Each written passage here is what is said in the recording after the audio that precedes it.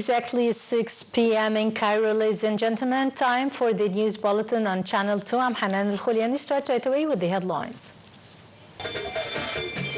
President El-Sisi welcomes King of Spain, who is on his first state visit to Egypt.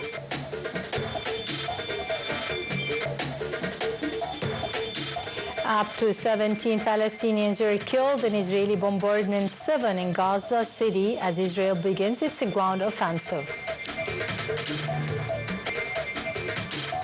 And Syria announces a plan with Jordan and the United States to restore calm in Suwaida.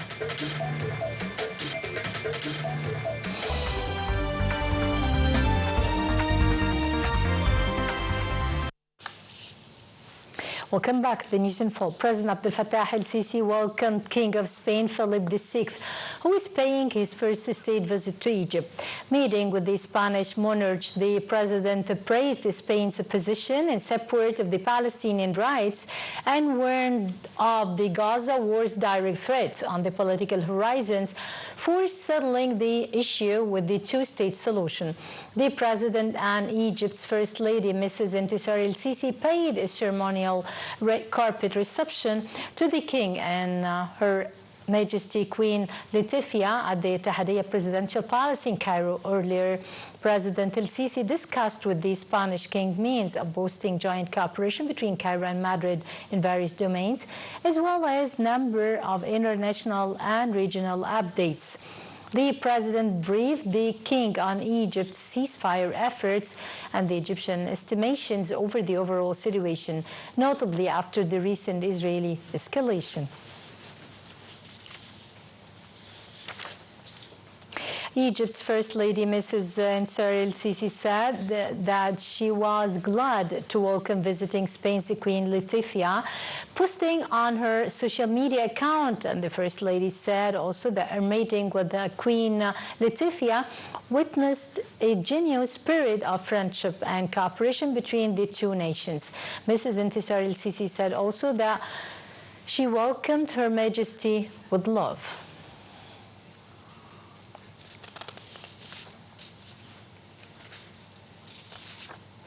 On the sidelines of the Spanish king's visit to Egypt, Minister of Foreign Affairs, Migration and Expatriates Affairs, Bad Abdelati, met with the Spanish Minister of Foreign Affairs, European Union and Cooperation, José Manuel Albares. The meeting discussed bilateral ties and regional developments. Also, Abdelati briefed Albares on the outcome of the Monday's Arab Islamic Summit that denounced Israeli violations of Arab states' sovereignty.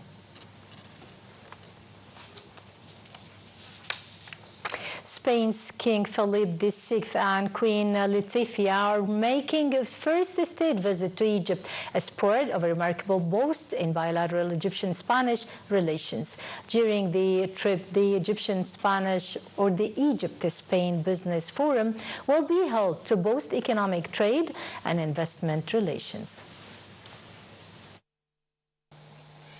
Spain's King Philip VI and Queen Latifah are making a first state visit to Egypt as part of a remarkable boost in bilateral Egyptian-Spanish relations. The four-day visit comes upon an invitation from President Abdel Fattah el-Sisi.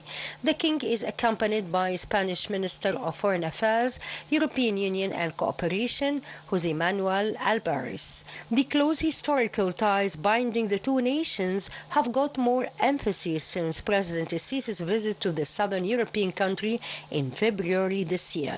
During President el-Sisi's visit, relations between Cairo and Madrid were elevated to the level of strategic partnership. The Spanish monarch's visit to Egypt represents an opportunity to continue strengthening deep historical ties between the two countries, improve time-tested excellent cooperation, whether in their political, economic, cultural, or scientific aspects. During King Philip VI's visit, the Egypt-Spain Business Forum will be held to boost economic trade and investment relations.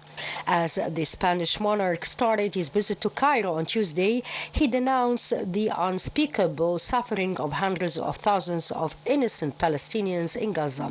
He added that the conflict has recently degenerated into an unbearable humanitarian crisis and the total devastation of Gaza. The Spanish government recognized the State of Palestine in May 2024, joining Ireland and Norway. Last week, Spain's Prime Minister Pedro Sánchez announced 9 measures aimed at stopping the genocide in Gaza, including an arms embargo on Israel and a ban on vessels carrying fuel for the Israeli military from using Spanish ports.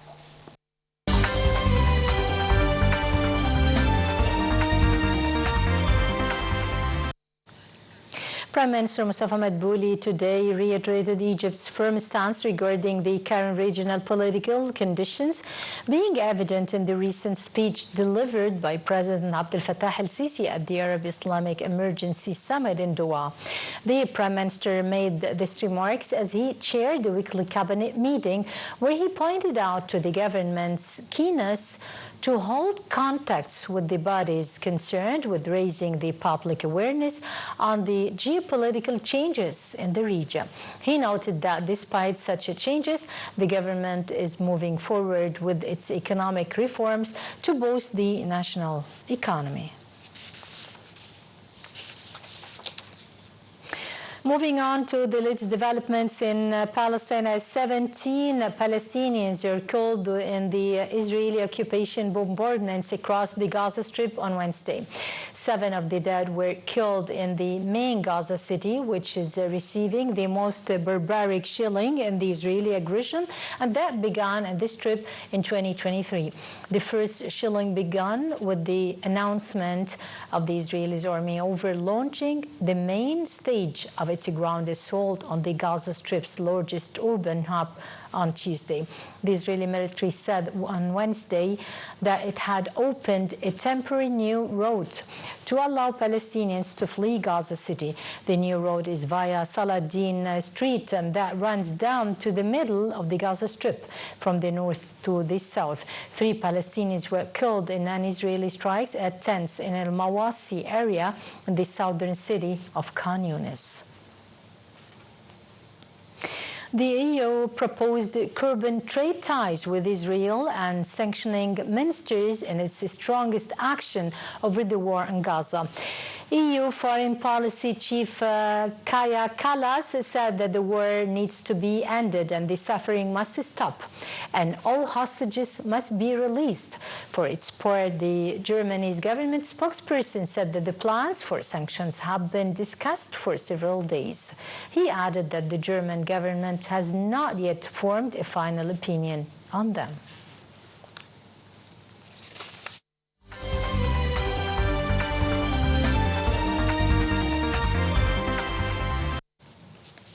Arab League Secretary General Ahmed Abul-Ghait welcomed the adoption of a new roadmap to resolve the crisis in the southwestern city of Suwaida, which witnessed deadly violence and Israeli interference in July. He said that the plan is built on the basis of Syria's territorial integrity and the equality of its citizens and the rights and obligations. The Arab League chief said that the multilateral nature of the Syrian society should be maintained and the principle of equal citizenship before law respected. And in concerning the same issue, Syrian Foreign Minister Asad al-Shibani announced on Tuesday a plan backed by Jordan and the United States to restore calm to Druze majority Suwaida province since the ceasefire ended the sectarian bloodshed. The situation in Suwaida has remained unstable, with Suwaida city controlled by local Druze forces and the rest of the province by government troops. al-Shibani said in a press conference that the Syrian government has laid out a clear roadmap for action that supports justice and builds trust. Jordanian Foreign Minister Ayman Safadi said in a joint Syrian-Jordanian American mechanism would ensure the plan's implementation. Human rights watchdog accused the Israeli occupation forces today of forcibly displacing residents of southern Syria, which the Israeli side has demanded be demilitarized and a new security deal. The agency said in a statement that Israeli occupation forces occupying parts of southern Syria since December 2024. And in which they carried out a range of abuse against residents, including forced displacement, which is a war crime.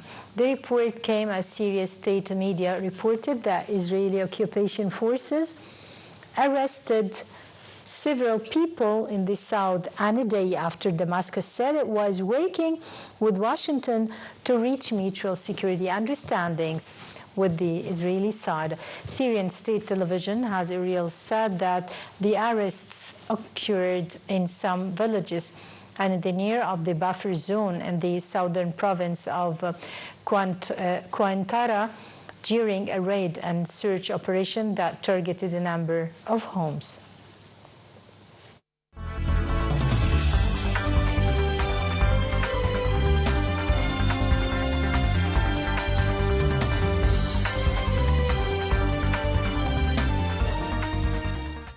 And now, ladies and gentlemen, we start with our economic segment as the agency or the Central Agency for Public Mobilization and Statistics said today that they lied on the Egyptian-Spanish trade exchange volume in the first 6 months of 2025, coincidence with the Spanish king's current visit to Egypt. The agency said that the trade exchange volume reached $1.5 billion in the first half of 2025 compared to $1.6 billion in the same period of 2024. Meanwhile, the national exports value to Spain amounted to $712 million in 2025 against $803.1 million in 2024. And the imports value was estimated at $802 million in 2025 against $782.6 million in 2024. This as the Spanish investments in Egypt reached $61.4 million in the fiscal year of 2024-2025, and the national investments in Spain stood at $28.9 million. Prime Minister Mustafa Madbouli today met Cairo Governor Ibrahim Saber, where he followed up the pace of work at government projects in the city. Saber briefed the Prime Minister on the government or the development of key squares, tunnels and bridges in addition to other investment projects. He also reviewed a survey and financial assessments of the unused lands along the Nile Corniche. The governor asserted the continued coordination between the concerned state bodies and the local units to optimize the benefits from the state's assets. Egypt's Boursa closed higher today amid purchases by local Arab and foreign corporations against sell-offs by local Arab and foreign investors. The market capital of listed companies added 6 billion Egyptian pounds, crossing 2.4 trillion pounds at the end of the average transactions of 26.8 billion. The benchmark index EGX 30 rose to 0.4% above the 34,970 point mark. The equal weighted indices EGX 70 and EGX 100 both climbed up to 0.2%.